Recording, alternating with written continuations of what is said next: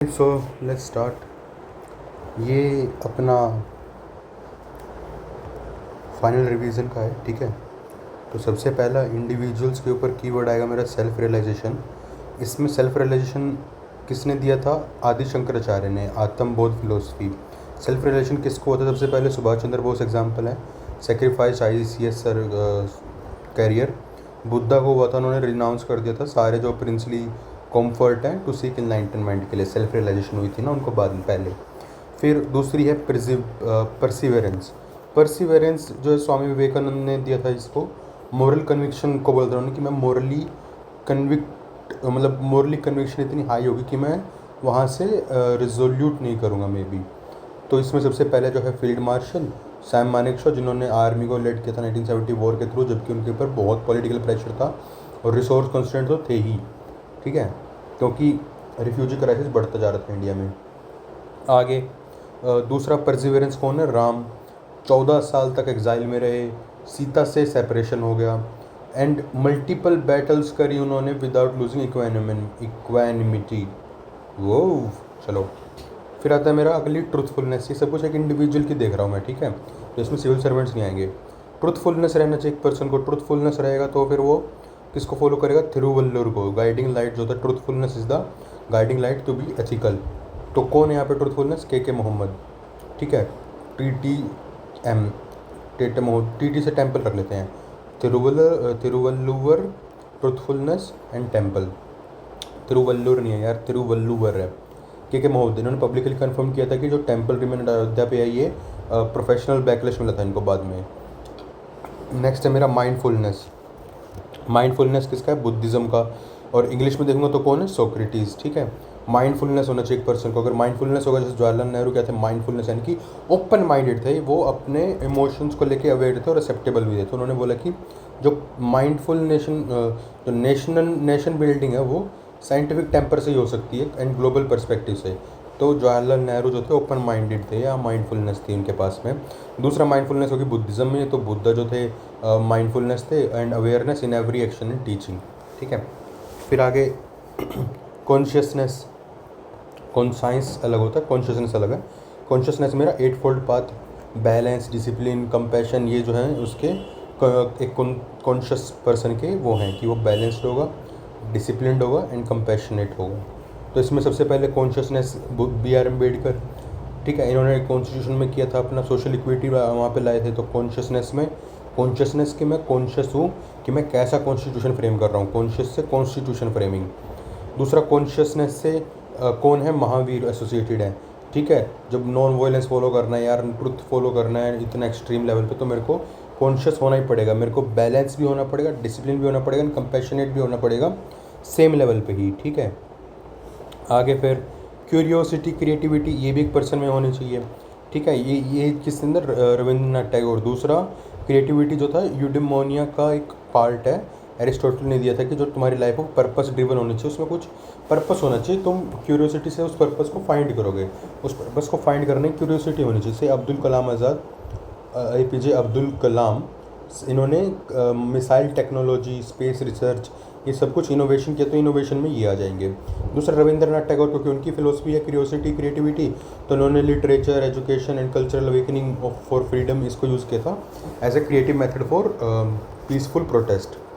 Then scientific temper में तो जवाहरलाल नेहरू, इन्होंने साइंटिफिक टेम्पर जवाहरलाल नेहरू का फिलोसफी थी, और बाद में जो है ये होमी जहांगीर बाबा ने इम्प्लीमेंट किया इसको।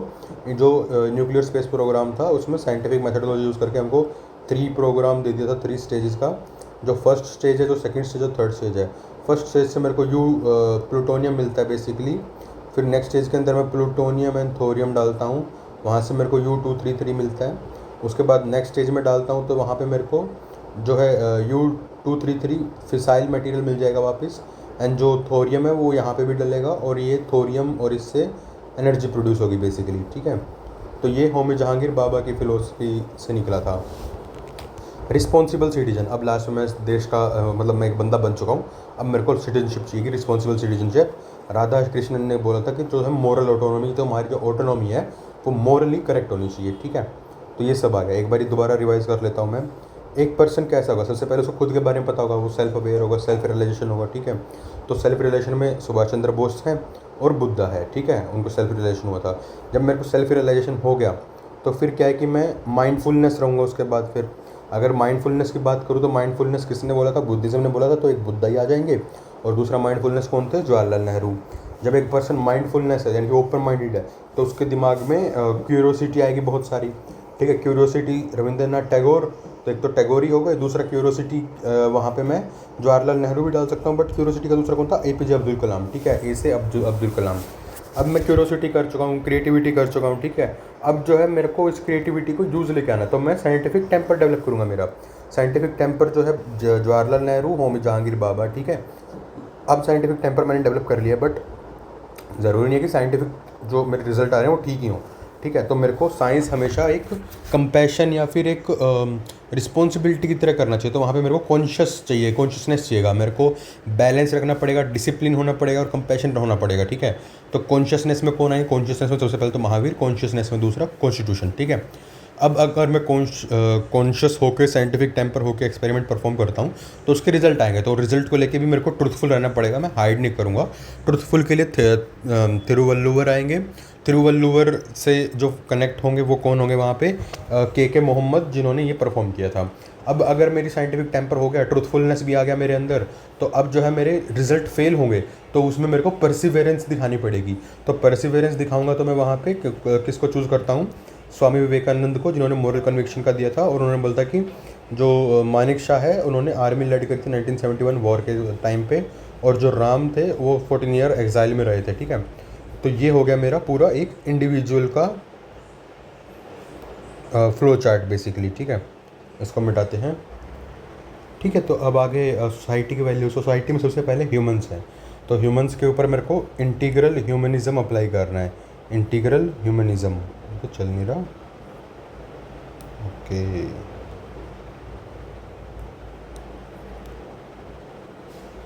तो सोसाइटी में सबसे पहले इंटीग्रल ह्यूमनिज़म किसने दिया था? दीनदयाल उपाध्याय ने दिया था इंटीग्रल ह्यूमनिज़म। और ये आरआरआर का भी है, दीनदयाल उपाध्याय ने दिया था कि जो इंटीग्रल ह्यूमनिज़म फिलोसफी है नेशनल डेवलपमेंट में लगनी चाहिए जब भी होगा मेरा। और इंटीग्रल ह्यूमनिज़म वेस्टर्न में किसने दिया था? एरिस्टोटल ने दिया था कि जो एक सोसाइटी में अगर इंटीग्रल ह्यूमनिज़म है तो इनर फुलफिलमेंट होगी। राम जो थे उन्होंने राम राज्य की जो थी वो की थी, फिलोसफी दी थी, ठीक है, जिसमें all section of all society flourish together, integral humanism, ठीक है। जैसे इंटीग्रल ह्यूमनिज़म पूरा होता है, लोग आ जाते हैं, सबको इक्वालिटी मिल जाती है, तो फिर वहाँ पे अब अलग अलग जो है तुम्हारे ग्रुप्स बन जाएंगे, तो उनमें मेरे को यूनिटी चाहिएगी। तो टॉलरेंस एंड यूनिटी की वैल्यू आएंगी। यहाँ पे टॉलरेंस किसने दी थी? रामानुजन ने दी थी टॉलरेंस, विशिष्ट अद्वैत, ठीक है। और किसने दिया था? कबीर ने दिया था। फिर लास्ट में जो रिलीजियस फ्रीडम थी किसने बोली थी? जॉन लॉक ने। टॉलरेंस में लॉक होएगा, यानी कि मेरे को टॉलरेंस को लॉक करना है। मौलाना आज़ाद, इन्होंने हिंदू मुस्लिम यूनिटी को जो है चैम्पियन किया था during nationalism, during national movement. अब यहाँ पे जो है मेरी टॉलरेंस भी आ गई, सब एक साथ आ गए। बट अभी ये सारे जो है आपस में डिबेट भी करेंगे, इनके बीच में जो डिबेट है वो लॉजिकल होनी चाहिए। तो जब इनकी डिबेट होगी, ये पब्लिक रीजनिंग का कॉन्सेप्ट दिया था अमर्त्य सेन ने। और यहाँ पे जो परमवेश्वर अय्यर थे, इन्होंने परमेश्वर अय्यर IAS, इन्होंने जन आंदोलन, पब्लिक रीजनिंग, मीडिया कैंपेन्स को यूज़ किया था स्वच्छ भारत में, ठीक है। परमेश्वर, स्वच्छ भारत कौन करेगा यार? परमेश्वर ही कर पाएंगे, और परमेश्वर मैक्सिमम साउथ में है तो इसलिए अय्यर है, ठीक है। बाकी दूसरा यहाँ पे किसका example? Public reasoning, Jawaharlal Nehru, इन्होंने पब्लिक रीजनिंग, पार्लियामेंट्री डेमोक्रेसी जो है ये BR अम्बेडकर से एग्री नहीं करते थे, बट स्टिल उनको जो है अपना कैबिनेट मिनिस्टर बनाया था, ठीक है, अपना एग्जाम्पल सेट करने के लिए पब्लिक रीजनिंग में। देन इसके बाद अब अगर हम आपस में डिबेट वगैरह कर रहे हैं तो वो डिबेट तो हो रही है, ठीक है, बट वहाँ पे हार्मनी भी होनी चाहिए ताकि मैं बाद में आगे उस डिबेट के ऊपर मार ना दूँ किसी को।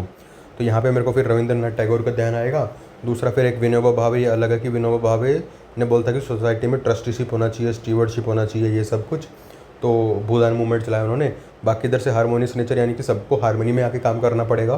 पोपट राव पवार, हिवरे बाजार जो था, हिवरे बाजार, इन्होंने इकोलॉजिकल बैलेंस निकाला था वाटर शेड मैनेजमेंट करके, ठीक है। जब ये सारे काम हो जाएंगे तो मेरी सोसाइटी एक सिंगल स्ट्रेंथ बन जाएगी, oneness of all being. Oneness of all being आदि शंकराचार्य ने दिया था। दूसरा यहाँ पे वननेस का मतलब है कि सबको इक्वल राइट मिल जाएंगे, जो कि जॉन लॉक का है। जॉन लॉक ने टॉलरेंस भी बोला था, रिलीजियस फ्रीडम, एंड दूसरा वननेस ऑफ ऑल बीइंग, यानी कि सबको इक्वल राइट मिल जाएंगे। महात्मा गांधी जिन्होंने Sarvodaya welfare of all beings को प्रैक्टिस किया था। ये इसका एग्जाम्पल है वननेस ऑफ ऑल बींग के, ठीक है। तो सोसाइटी में ये हो गया। सोसाइटी का मैंने क्या सीक्वेंस बनाया, सोसाइटी का सीक्वेंस था, सबसे पहले ह्यूमंस आएंगे, ह्यूमंस में फिर जो है टॉलरेंस चाहिए कि मेरे को टॉलरेंस आ गया, आपस में बात कर रहे हैं तो अब यहाँ पे पब्लिक रीजनिंग होगी। अगर रीजनिंग कर रहे हैं तो फिर उनमें हार्मनी भी होनी चाहिए। अगर ये सब कुछ हो गया तो ये सारे वननेस को फॉलो कर लेंगे, ठीक है। ऐसे ही हमने इंडिविजुअल में क्या देखा था, सबसे पहले तो इंडिविजुअल को सेल्फ रियलाइजेशन होगा कि भाई मैं क्या कर सकता हूँ क्या नहीं कर सकता, ठीक है। उसके बाद फिर जो है उसमें ट्रुथफुलनेस, परसिवरेंस क्या था स्टार्टिंग में, यहाँ पे माइंडफुलनेस, यस। तो सेल्फ रियलाइजेशन होगा मैं क्या कर सकता हूँ क्या नहीं कर सकता। उसके बाद माइंडफुलनेस आएगा कि मैं ओपन माइंड रखूँगा और मैं ट्रू रहूँगा खुद से। अब माइंडफुलनेस के साथ में जब मैं ओपन माइंड रखता हूँ तो मेरे को क्यूरोसिटी मिलती है। जब मैं क्यूरोसिटी को इम्प्लीमेंट करता हूँ तो मेरे को उसमें साइंटिफिक टेम्पर चाहिएगा। जब मैं साइंटिफिक टेम्पर करता हूँ उसके बाद उसमें मेरे को कॉन्शियसनेस चाहिएगी ताकि मैं उसको राइट वे में कर सकूँ। कॉन्शियसनेस आ गई, साइंटिफिक टेम्पर आ गया, कुछ रिजल्ट आएगा तो मेरे को उसको ट्रूथफुल रहना है। ट्रूथफुल के बाद जो है फिर मेरे को उसको परसिवरेंस दिखानी ताकि मैं उसको कंटिन्यू करके फाइनल रिजल्ट तक पहुंच सकूं। तो ये मेरे 2 साइकिल हो चुके हैं अभी तक, खुद के और सोसाइटी के। अब आगे चलता हूँ मैं कॉर्पोरेट बिजनेस में। तो ये किया रिस्पॉन्सिबल कैपिटलिज्म, थिरुवल्लुवर ने दिया था रिस्पॉन्सिबल कैपिटलिज्म। ट्रुथफुलनेस भी थिरुवल्लुवर ने दी थी, ठीक है। पोरुल वेल्थ जो था इसका मतलब ये कंसेप्ट था। दूसरा रिस्पॉन्सिबल कैपिटलिज्म में मैं एक एथिकल डेटरेंस भी डालता हूँ थॉमस हॉब्स का। कैपिटलिज्म या कॉर्पोरेट में एक आएगा मेरा एथिकल डेटरेंस थॉमस हॉब्स का। तो इसमें इन्होंने क्या बोलता है कि जो आनंद महिंद्रा हैं, ठीक है, उन्होंने ESG मैट्रिक्स इंप्लीमेंट किए थे, विसल ब्लोअर प्रोटेक्शन दी थी, स्टेक होल्डर कैपिटलिज्म था, ठीक है। ये तीनों मेरे डायमेंशन है कॉर्पोरेट बिजनेस के, ठीक है। टाटा ग्रुप जो थे इन्होंने यहाँ पे क्या किया था, टाटा ग्रुप ने एथिकल बिजनेस प्रैक्टिसेस जो की थी आर्म्ड फोर्सेस में, एथिकल बिजनेस प्रैक्टिसेस की थी बेसिकली। जमनालाल बजाज इन्होंने बिजनेस को और नेशनल सर्विस को आपस में लिंक कर दिया था, ठीक है। गांधीन प्रिंसिपल पे फॉलो किया था इन्होंने, बहुत सारे वो किए थे, मतलब दान दिया था, बेसिकली चैरिटी की थी, ट्रस्टशिप था इनके पास, जमनालाल बजाज, ठीक है। कॉर्पोरेट हो गया। कॉर्पोरेट में क्या है, एक तो ये खुद से करें, एक हम करवाएं। हम करवाएंगे तो एथिकल डेटरेंस होगा जो कि थॉमस हॉब्स ने दिया था। अगर ये खुद करेंगे वहाँ पे तो ये जो है रिस्पॉन्सिबल कैपिटलिज्म बनेगा जो कि थिरुवल्लुवर ने दिया था, ठीक है, पोरुल। आगे अब एडमिनिस्ट्रेटर या लीडर के ऊपर क्या है, तो सबसे एक ये है। इसके बाद इंटरनेशनल कोऑपरेशन, नेशनल कोऑपरेशन है बेसिकली। तो एडमिनिस्ट्रेटर में सबसे पहले तो विज़न या इनोवेशन, एक एडमिनिस्ट्रेटर की सबसे पहले विज़न होगी, ठीक है, विज़न। तो उस विज़न को लेके मैं क्या करूँगा, एक बार इसको अरेंज कर लेता हूँ मैं, ठीक है। तो ये 9 फ्लो देख लेते हैं अपन। सबसे पहले जो भी एडमिनिस्ट्रेटर है उसके पास विज़न होनी चाहिए, इनोवेशन का एप्टीट्यूड होना चाहिए, ठीक है। तो उसमें सबसे बड़ा कौन है, APJ Abdul Kalam. Dream big with purpose, science with service, dream big with purpose, deliver science with service, ठीक है। यहाँ पे एग्जांपल कौन आएगा, अमिताभ कांत IAS, जिन्होंने गॉड्स ओन कंट्री केरला को जो है इनक्रेडिबल इंडिया कैंपेन भी चलाया था और गॉड्स ओन कंट्री ब्रांडिंग दी थी केरला के टूरिज्म को बूस्ट करने के लिए, ठीक है। दूसरा ये विज़न था अमिताभ कांत के पास, तो स्टार्टिंग में विज़न हो रहा है तो वो आएगा A से अमिताभ कांत के पास, ठीक है। और दूसरा फिर यहाँ पे सुभाष चंद्र बोस थे जिन्होंने विजनरी इंडियन नेशनल आर्मी को बनाया था, ग्लोबल डिप्लोमेसी यूज़ की थी फ्रीडम के अंदर, ठीक है। तो विज़न का हो गया बात। अब मेरे पास विज़न है मेरे पास, बट उसको क्या करना उसका कुछ नहीं था। तो मेरे पास एक स्ट्रेटेजिक विजडम होनी चाहिए एक उसके पास में। जो स्ट्रेटेजिक विजडम किसने दी थी, चाणक्य ने दी थी, जिसने बोलता कि युक्ति, अडेप्टेबिलिटी होनी चाहिए तुम्हारे अंदर कि तुम्हारा जो विज़न है तुम उसके वो अडेप्ट कर सको, ठीक है। फिलोसफर किंग प्लेटो, ठीक है, ये भी प्लेटो का था कि जो विजडम है वो किंग के पास ही होगी। अगेन यहाँ पे अब कौन आएंगे, अम्बेसडर सैयद अकबरुद्दीन, सैयद अकबरुद्दीन। इन्होंने UN diplomacy strategy counter terrorism जो लिस्टिंग हुई थी अभी रिसेंट में ही पहलगाम अटैक के बाद शायद, तो उसमें इनका रोल था मे बी सैयद अकबरुद्दीन का। फिर जो सरदार पटेल थे, विजडम, तो सरदार पटेल के पास विजडम कम थी तो विजडम इन्होंने दिखाई यहाँ पे क्या था कि स्ट्रेटजिक विजडम इन इंटीग्रेटिंग 562 प्रिंसली स्टेट्स, ठीक है। कृष्णा ने दिखाई थी strategic wisdom guiding Arjun through Kurukshetra की, भाई देख अब पेलना तो पड़ेगा और कुछ नहीं कर सकता तू, ठीक है। ये मेरे पास विजडम आ गई कि हाँ मेरे को इस विज़न को ये करके दिखाना है मेरे को इस विज़न का, ठीक है। अब क्या है कि लेकिन क्योंकि मैं एक एम्बिशियस पर्सन हूँ तो मेरे को वहाँ पे फियर नहीं होना चाहिए फेलियर का, तो वहाँ पे मेरे को फियरलेसनेस चाहिएगी। फियरलेसनेस किसने दी थी, कबीर ने, क्वेश्चन रोंग करने का। तो फियरलेसनेस कौन था, आर्मी वाले होते हैं, general Bipin Rawat. Military leadership दिखाई थी इन्होंने काउंटर इंसर्जेंसी इन बॉर्डर ऑपरेशन के दौरान।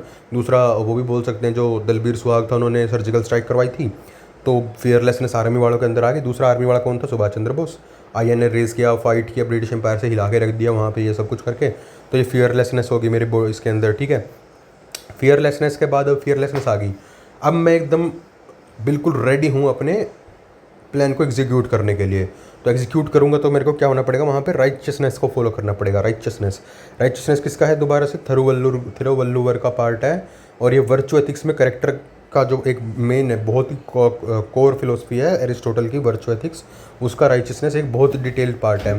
ठीक है, दूसरी जो ये फिलोसफी है कॉन्फ्यूशियस की, वो भी राइचियसनेस को ही बताती है कि तुमको जो है राइट होना है एट अ पर्सनल कोस्ट तो भी चलेगा। ठीक है, यू सगयम जो आईएएस थे, उन्होंने 16,000 करोड़ का जो इलीगल माइनिंग स्कैम था, इसको निकाला था बाहर। ठीक है, 16,000 करोड़ का यू सगयम। ठीक है, U Sagayam. Then Bhagat Singh righteousness, fearlessness तो है ही, बट भगत सिंह राइचियसनेस भी रहेगा। राइट पर्सन कौन है जो हिस्ट्री में सबसे राइट है, इस पर कोई क्वेश्चन नहीं कर सकता, वो है भगत सिंह। ठीक है, थ्रू रिवोल्यूशनरी पैट्रियटिज्म। फिर उसके कैरेक्टर थ्रू एक्शन, ये वर्चू एथिक्स का ही बेसिकली एक्सप्लेनेशन है। अब मैं राइटियसनेस भी हूँ, मैं एकदम सही काम कर रहा हूँ सब कुछ, लेकिन वो काम मैं कभी कभी कर रहा हूँ, कभी नहीं कर रहा हूँ, वो तो गलत है। तो फिर मेरे को प्रोप्रायरिटी दिखानी पड़ेगी। प्रोप्रायरिटी। ठीक है, प्रोप्रायरिटी नहीं है, प्रोप्रायरिटी। ठीक है क्या बकचोदी कर रहा हूँ। फिर जो है ये ऑनेस्ट प्रोप्रायरिटी मतलब है कि यहाँ पे मैं ऑनेस्ट लिविंग को फॉलो करूँगा, डिसिप्लिन को फॉलो करूँगा, बेसिकली पोलाइटनेस एंड रिस्पेक्ट के साथ में डिसिप्लिन को फॉलो करूँगा। तो ये भी कॉन्फ्यूशियसनेस की ली फिलोसफी का पार्ट है, गुरु नानक देव का जो है ऑनेस्ट लिविंग का पार्ट है। तो प्रोप्रायरिटी, डिसिप्लिन कौन था यार, सरदार पटेल से ज़्यादा डिसिप्लिन कोई नहीं हो सकता, जिन्होंने 562 स्टेट जोड़ के दिखा दिए पोलाइटनेस रिस्पेक्ट के साथ में ठीक है, जोड़ दिए थे। फिर रामा, इन्होंने प्रोप्रायरिटी दिखाया हर एक एक्शन के अंदर, इसलिए इनको मर्यादा पुरुषोत्तम राम बोलते हैं, मर्यादा पुरुषोत्तम राम। करेक्ट। ठीक है, अब मैं डिसिप्लिन के साथ में सब कुछ कर रहा हूँ भाई। ठीक है, कर रहा है तू। अब क्या होगा कि मेरे को वहाँ पे अब मेरे को प्रैग्मेटिक आइडियलिज्म दिखाना पड़ेगा वहाँ पे। Pragmatic idealism. ठीक है, कि जो तुम्हारी मोरल वैल्यूज़ हैं वो तो तुम अपहोल्ड करो, बट एफिशिएंसी भी रखो यार। ठीक है, ऐसा नहीं है कि मैं राइटियसनेस को फॉलो करने के चक्कर में पूरा प्रोजेक्ट बिठा दे रहा हूँ। क्या फ़ायदा जब मेरा विज़न ही डेड हो जाएगा तब तक।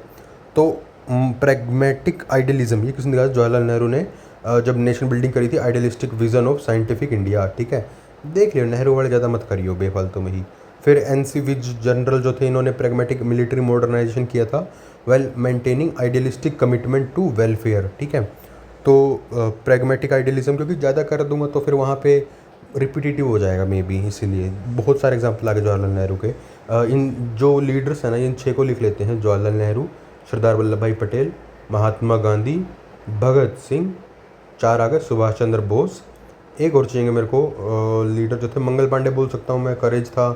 कोई ऐसे जिन्होंने प्लान बनाया, एक फीमेल ले लेते हैं, उषा नाम फुल भूल गया यार मैं दोबारा से, उषा मेहता। ठीक है, तो ये हो गए मेरे सारे सारे जो मेरे को याद रखने हैं हिस्ट्री से। ओके सर, तो हमने प्रैग्मेटिक आइडियलिज्म दिखा दिया। जनरल एनसी विज जो थे, इन्होंने मॉडर्नाइजेशन स्टार्ट कर दी थी मिलिट्री की, और जो है वेलफेयर पे भी ध्यान रखा था कि जो तुम्हारी सैलरीज हैं वो और पेंशन जो है वो टाइम टू टाइम डिलीवर हो जाए। ठीक है, लास्ट आता है मेरा मोरल करेज। ठीक है, आइडियलिज्म अगर मैं दिखा रहा हूँ ना, प्रैग्मेटिक आइडियलिज्म, तो पूरी दुनिया मेरे काउंटर करेगी, तो उसमें मेरे को करेज चाहिएगा, मोरल करेज वो भी। ठीक है, तो मोरल करेज दिया था संत तुकाराम ने, कॉन्शियस बेस्ड तुकाराम ओम्बले यहाँ पे एग्जाम्पल है सीधा सीधा। सोक्रेट्स ने बोला था कि speed truth to the power, अगर यूएसए पावर है तो मैं उसको ट्रूथ बोलूँगा। ठीक है, जनरल के.एस. थिमैया, इन्होंने रिज़ाइन कर दिया था पॉलिटिकल इंटरफेरेंस करने पे, कि मैं नहीं करूँगा, अपना ऐसी तैसी करा लो। ठीक है, पॉलिटिकल इंटरफेरेंस पे। Subhash Chandra Bose, moral courage to reject Gandhi non violence and adopt arm struggle. Rama, moral courage दिखाया था एग्जाइल को एक्सेप्ट करके, रामा को फाइट करके, धर्म को अपहोल्ड करके। ठीक है, तो धर्म को अपहोल्ड करके, तो ये हो जाता है मेरा मोरल करेज 7th। अब ये सब होने के बाद जब मैं सक्सेसफुल हो जाऊँगा तो मेरे को मिनिमलिस्टिक रहना पड़ेगा, मैं उसके चकाचौंध में नहीं जा सकता। तो मेरे को नॉन पोजेसिवनेस यानी कि नॉन पोजेशन यानी कि अपारिग्रह फिलोसफी फॉलो करनी पड़ेगी, which is basically detachment, sustainability plus simplicity. Chanakya का राज ऋषि कॉन्सेप्ट, इसको फॉलो करना पड़ेगा। अब ये क्या बोलता है देख, अपारिग्रह, नॉन पोजेशन यानी कि डिटैचमेंट में कौन आएगा, सस्टेनेबिलिटी, सिंप्लिसिटी, ये तेरे को फॉलो करना पड़ेगा। डिटैचमेंट का मतलब सिंप्लिसिटी, सस्टेनेबिलिटी। चाणक्य ने क्या बोला था, राज ऋषि, ऐसा राजा जो ऋषि की तरह हो, यानी कि वो मिनिमलिस्टिक जीवन जिए बट थिंकिंग उसकी ऋषि की तरह हो। Similar to philosopher king, but philosopher king is more king driven, राज ऋषि इज़ मोर ऋषि ड्रीवन। ठीक है, तो यहाँ पे सबसे पहला एग्जांपल आर्मस्ट्रॉन्ग पेन, इन्होंने सारे जो थे अपने पर्क्स को रिफ्यूज़ कर दिया था, डोनेट कर दिया था अपनी पर्सनल सेविंग को पब्लिक रोड के ऊपर। दूसरा सैम मानेकशॉ, अपारिग्रह, नॉन पोजेशन, बिल्कुल सिंपल लाइफ थी इनकी, इतनी हाईएस्ट रैंक थी उनकी आर्मी के अंदर, स्टिल कोई एक्युमुलेशन नहीं किया वेल्थ का उन्होंने। देन लास्ट में मेरे पास नॉन पोजेशननेस आ गया, तो मैं नॉन स्टीलिंग पे जाऊँगा। 9th is non stealing. Jainism का जो 10 व्रत है उनका एक पार्ट है अस्तेया एस्तेया, ठीक है, एस्तेया विच इज़ नॉन स्टीलिंग। तो इंजति श्रीनिवास इन्होंने जो है कॉरपोरेट लूट को आईबीसी सेक्शन के थ्रू, एनएफआरए ओवरसाइट के थ्रू, एफसीआरए ओवरसाइट के थ्रू कर्ब किया था। ये इसका एग्जांपल मेरे को कुछ और ढूंढना पड़ेगा नॉन स्टीलिंग का। जो करप्शन वाला पेज है उससे निकाल लियो, ठीक है। तो ये हो गया मेरा पूरा एडमिनिस्ट्रेटर का। अब एडमिनिस्ट्रेटर का एक बार फ्लो चार्ट बना लेते हैं, सबका ही फ्लो चार्ट बना लेते हैं एक बार दोबारा से। पर्सनल, सोसाइटी और एडमिनिस्ट्रेशन, ठीक है। अगर मैं पर्सनल पर्सन हूँ तो मुझे सेल्फ रियलाइजेशन करना है, उसके बाद मेरा माइंड खुल जाएगा। माइंड खुल जाएगा तो मैं क्यूरियस हो जाऊँगा। अगर मैं क्यूरियस हो गया, क्यूरियोसिटी आ गई, तो फिर मेरा साइंटिफिक टेम्पर चाहिएगा। मेरे पास साइंटिफिक टेम्पर भी है, आई एम सो गुड। तो फिर जो है मेरे रिजल्ट आने स्टार्ट होंगे, मेरे को उनको कॉन्शियसनेस के साथ में डील करना है। अब जो रिजल्ट आएंगे उनको मुझे ट्रूथफुलनेस दिखानी है। ट्रूथफुलनेस अगर मेरी रहेगी तो कई बार फेल होगा, तो मेरे को परसिवेरेंस फॉलो करना है। ये हो गया। सोसाइटी क्या, सोसाइटी में सबसे पहले ह्यूमनिज्म को बचाना है मेरे को, यानी कि ह्यूमंस को बचाना है। फिर उनके अंदर टॉलरेंस की वैल्यू को अपहोल्ड करना है। देन पब्लिक रीजनिंग डालनी है उनके अंदर। पब्लिक रीजनिंग भी डाल दी तूने, अब क्या होगा उनके बाद रीजनिंग कर रहे हैं, तो ये हारमोनी भी बनानी पड़ेगी इनको। हारमोनी आ गई इनके अंदर। फिर यहाँ पे लास्ट में वननेस को अपहोल्ड कर लेंगे ये, ठीक है। अब है एडमिनिस्ट्रेशन। एडमिनिस्ट्रेशन में सबसे पहले उसके पास विज़न होना चाहिए, इनोवेटिव होना चाहिए, ठीक है। विज़न है, इनोवेशन है, उसके बाद फिर क्या होगा, उसके पास स्ट्रेटजिक विजडम होगी इम्प्लीमेंट करने की, जैसे जवाहरलाल नेहरू में थी, ठीक है। और strategic wisdom, civil servant example तो मैं हर एक में डाल सकता हूँ, उसमें कोई प्रॉब्लम नहीं है। नॉन सिविल सर्वेंट एग्जाम्पल पे फोकस कर रहा हूँ मैं। तो विज़न किसके पास था, एपीजे अब्दुल कलाम के पास था। स्ट्रेटजिक विजडम जो थी जवाहरलाल नेहरू के पास में थी। उस विजडम को फिर मेरे को जो है यूज़ करने के लिए मेरे को फियरलेस होना पड़ेगा, ताकि मैं जो मेरे फेलियर उनसे हिलू ना, मतलब, ठीक है। फियरलेस में किसका एग्जाम्पल आएगा, जू सगयम भगत सिंह तो राइचसनेस में जाएंगे। फियरलेस आर्मी वाले पर्सन थे, ठीक है, तो जनरल दलबीर सिंह सुहाग, ठीक है, ये आ जाएगा। दूसरा एससी बोस हो जाएंगे। फियरलेस हूँ मैं, अब मैं जो है अपना पूरा इन जो मेरी इनर इंटीग्रिटी है उसको मैं फुल कर चुका हूँ हर जगह से। अब मुझे उसको राइट डायरेक्शन में लगाना, तो मैं यहाँ पे राइचसनेस का दूंगा, ठीक है, राइचसनेस, ठीक है। तो राइचसनेस में क्या मिलेगा मेरे को, राइचसनेस में मिलेगा मेरे को भगत सिंह, ठीक है, जिन्होंने राइचसनेस को फॉलो किया था। यू सगयम, ठीक है, करप्शन को बंद किया था। अब अगर मैं राइट हूँ एक जगह पे, तो मैं राइट कभी कभी नहीं हो सकता, मेरे को प्रोप्रायरिटी फॉलो करनी पड़ेगी। कन्फ्यूशस का ली जो है वो फॉलो करना पड़ेगा। ली है या ई है, ली होगा, हाँ ली है, ठीक है। ली ये है मेरा राइचसनेस, पता नहीं क्या हो जाता है। ओके, तो प्रोप्रायरिटी फॉलो करी मैंने, डिसिप्लिन फॉलो किया। सरदार पटेल, इनसे बड़ा कोई भी वो नहीं हो सकता जिन्होंने लगातार कंटिन्यूसली पोलाइटनेस और डिसिप्लिन दिखाया था। तो अब मैं प्रोप्रायरिटीज अपने वो भी कर रहा हूँ, लेकिन अब जो है मेरे सामने रियल प्रॉब्लम आने स्टार्ट हो जाएंगी। तो मुझे प्रैग्मेटिक आइडियलिज्म दिखाना पड़ेगा। उस आइडियलिज्म को सेव करने के लिए मुझे मॉरल कन्विक्शन चाहिएगा। उस मॉरल कन्विक्शन को आने के बाद मैं जब अचीव कर लूँगा सब कुछ, तो मुझे नॉन पोजेसिवनेस की फ़िलोसफी यूज़ करनी है। अगर मैं नॉन पोजेशन रखूँगा तो मैं अस्तिया भी बन जाऊँगा, ठीक है, non stealing, correct. Pragmatic idealism किसने दिखाया था, जवाहरलाल नेहरू ने दिखाया था, सुभाष चंद्र बोस ने दिखाया था। सिविल सर्वेंट की अगर मैं बात करूँ तो बता, प्रैग्मेटिक आइडियलिज्म जिन्होंने फेस किया हो कुछ, और श्रीधरन, यार ये तो यार बेसिक है, इनके अलावा कुछ बता मेरे को। Pragmatic idealism, Sandeep Nanduri cafe खोला था डिसेबल्ड पर्सन के लिए। या फिर जो है ई श्रीधरन वैसे तो बढ़िया है, क्योंकि इन्होंने रेलवे ब्रिज बना, वो जो है साइक्लोन ब्रिज बना दिया था 2 मिनट में, तो वो भी ठीक है। मॉरल कन्विक्शन में अपना इंडिया यूएसए का आ जाएगा, speak power, truth to the power, ये आ जाएगा। नॉन पोजेसिवनेस के अंदर जिन्होंने कुछ पोजेसिव नहीं किया था, सैम मानेकशॉ थे एक, तो लाल बहादुर शास्त्री थे, ठीक है, ये सब कुछ दे दिया तूने एग्जांपल, ये भी हो गया। अब आ जाते हैं फाइनली नेशनल कोलैबोरेशन के, नेशनल कोऑपरेशन के ऊपर। नेशनल कोऑपरेशन यानी कि सबसे पहले नेशनल जो है मेरा देश है उसमें सोशो इकोनॉमिक जस्टिस चाहिए, क्योंकि ये तो मेरे प्रियम्बल में ही लिख रखा है, ठीक है। सबसे पहले देश को कॉन्स्टिट्यूशन चाहिएगा, फिर जो है वहाँ पे जो है मेरा डीपीएसपी आएगा, देन मेरा डीपीएसपी आर्टिकल 51 आता है, और फिर लास्ट में ग्लोबल रिस्पॉन्सिबिलिटी वसुधैव कुटुम्बकम, ठीक है, क्लियर भैया। तो चलो भी, तो ओ देवा, अब आगे सोशो इकोनॉमिक जस्टिस जो था, ये वेलफेयर जो है, वेलफेयर डिलीवरी बेसिकली ये राज धर्म है, ये बोला था चाणक्य ने, तो ये करना राजा का धर्म है। जैसे कि आईएएस एनसी सक्सेना जिन्होंने right to food, M G NREGA, forest right act, ठीक है, भुखमरी से आज़ादी, यूथ अनएम्प्लॉयमेंट से, बेरोजगारी से आज़ादी, भुखमरी, बेरोजगारी और डिस्प्लेसमेंट, भगाना, भागीदारी तो नहीं होगा, भगाने से आज़ादी, ठीक है। भुखमरी से आज़ादी, बेरोजगारी से आज़ादी और ये क्या है, बी से भगाने से आज़ादी में भी, फॉरेस्ट राइट एक्ट, ये सब कुछ किया था। फिर दूसरा example B R Ambedkar, socio economic justice, justice तो अम्बेडकर रहा ही है, ठीक है। वेल ऑफ इग्नोरेंस की है। कॉन्स्टिट्यूशनल मोरालिटी, कॉन्स्टिट्यूशनल मोरालिटी में सबसे पहले rule of law, institutional integrity, duty based society, Plato, social contract, Thomas Hobbes. Constitutional morality, constitution कुछ जो है वो सोशल कॉन्ट्रैक्ट से आएंगे। कॉन्स्टिट्यूशन एक ड्यूटी बेस्ड सोसाइटी क्रिएट करता है, जो कि प्लेटो ने बोलता है ड्यूटी बेस्ड जो है अपना डियोंटोलॉजिकल कांट भी हो सकता है। और rule of law, institutional integrity, यही इसका मोरालिटी का पार्ट है। जैसे इसमें एग्जांपल क्या, जनरल वीके सिंह, इन्होंने कॉन्स्टिट्यूशनल मोरालिटी अपनी रखी थी, जब इन्होंने प्रोफेशनल कंडक्ट किया था तभी इनके ऊपर करप्शन के जो चार्ज लगे थे वो फेल हुए थे। देन सैम नरीमन, सम नरीमन है ये मेरे ख्याल से, पता नहीं, चल जो भी है, सैम नरीमन मान लेते हैं। सैम नरीमन, इन्होंने जुडिशियल इंडिपेंडेंस को डिफेंड करने के लिए बेसिक स्ट्रक्चर अपहेल्ड किया था और बाद में इन्होंने शायद रिज़ाइन भी कर दिया था उसमें कम्युनल वायलेंस के चक्कर में। तीसरा जो है इंटरनेशनल को एग्जिस्टेंस, कि तुमको साथ में जीना, ये बोलते जवाहरलाल नेहरू ने एंड जॉन लॉक ने, life liberty property. John Locke आएगा इंटरनेशनल रिलेशन के अंदर। अम्बेसडर सैयद अकबरुद्दीन, इन्होंने अफ्रीका को G20 के अंदर डाला था, वैक्सीन डिप्लोमेसी करी थी ग्लोबल साउथ में। और जो है को एग्जिस्टेंस में महात्मा गांधी, इन्होंने universal brotherhood and global piece को बोला था।